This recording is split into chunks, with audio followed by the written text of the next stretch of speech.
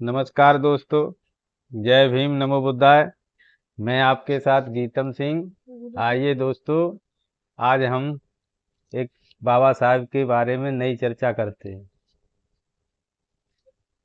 तो बाबा साहब ने संविधान बनाया, वो किस लोगों के लिए बनाया? अच्छा, कहने का मतलब क्या है? किस लोगों के? सभी, हमारे सभी भारतवासियों के लिए बना। हाँ। भारत का संविधान सभी के लिए बनाया। इसमें क्या पूछना चाहते हैं आप?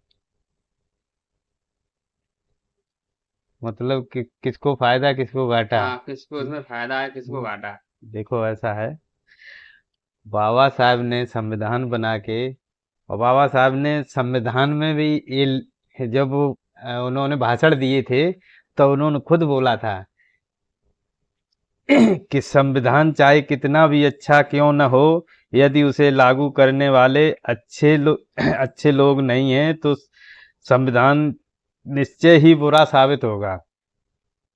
और यदि संविधान कितना ही बुरा क्यों न हो, यदि उसे लागू करने वाले अच्छे लोग हैं तो संविधान अच्छा ही साबित होगा। तो बाबा साहब ने तो सब वर्ग के लिए समान समान चीज, सब वर्ग क्या, और चे सबके लिए एक समान, सबको एक समान बनाने के लिए संविधान बनाया। अब हुआ क्या कि उस पे लागू करने वाले अच्छे लोग नहीं हैं, तो वो अच्छा कैसे होगा? अच्छा साबित होगा ही नहीं वो तो। बाबाई साहब का कानून को उल्टा सीधा करके सरकारें अपना काम चला रही हैं। चीजें हैं। बाबा साहब के बचपन के बारे में बताइए। अच्छा, ठीक।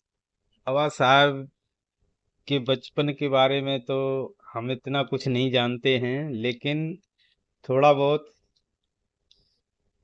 हमें मालूम पड़ा है कि जब बाबा साहब 5 वर्ष के थे तो उनके पापा, यानी वो फौज में कोई कर्नल या जनरल के पद पे थे।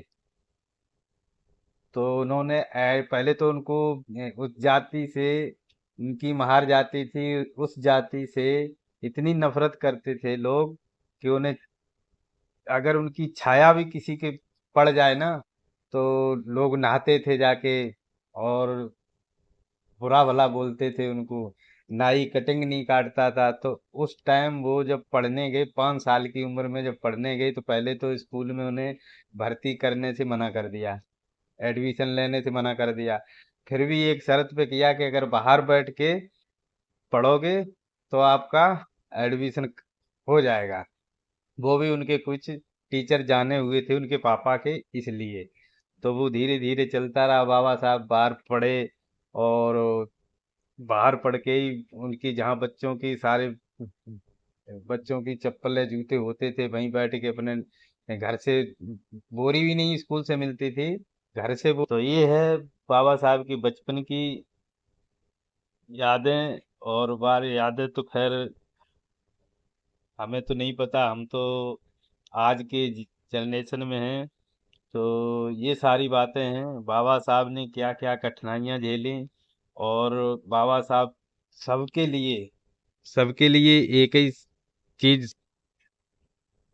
तो बाबा साहब यही बड़ी कठिनाइयों के साथ, पानी नहीं पड़े हैं, पानी नहीं पीने दिया जाता था, साथ में बैठने नहीं दिया जाता था, खेलने नहीं दिया जाता था।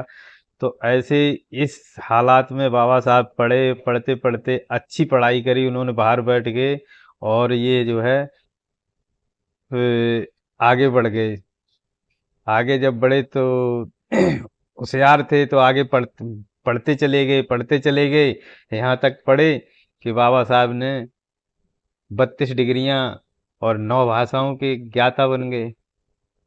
लेकिन यही है कि उन्होंने अपने मन में ठान ली थी कि मुझे बाहर बैठ के पढ़ाया जाए, पढ़ना पड़ रहा है, तो इसका नतीजा हम जरूर दिखाएंगे। तो ठीक है, फिर इतना ही बहुत। आपसे फिर मिलते हैं अगली वीडियो में। अभी के लिए नमस्कार और धन्यवाद। जय भीम, जय संविधान।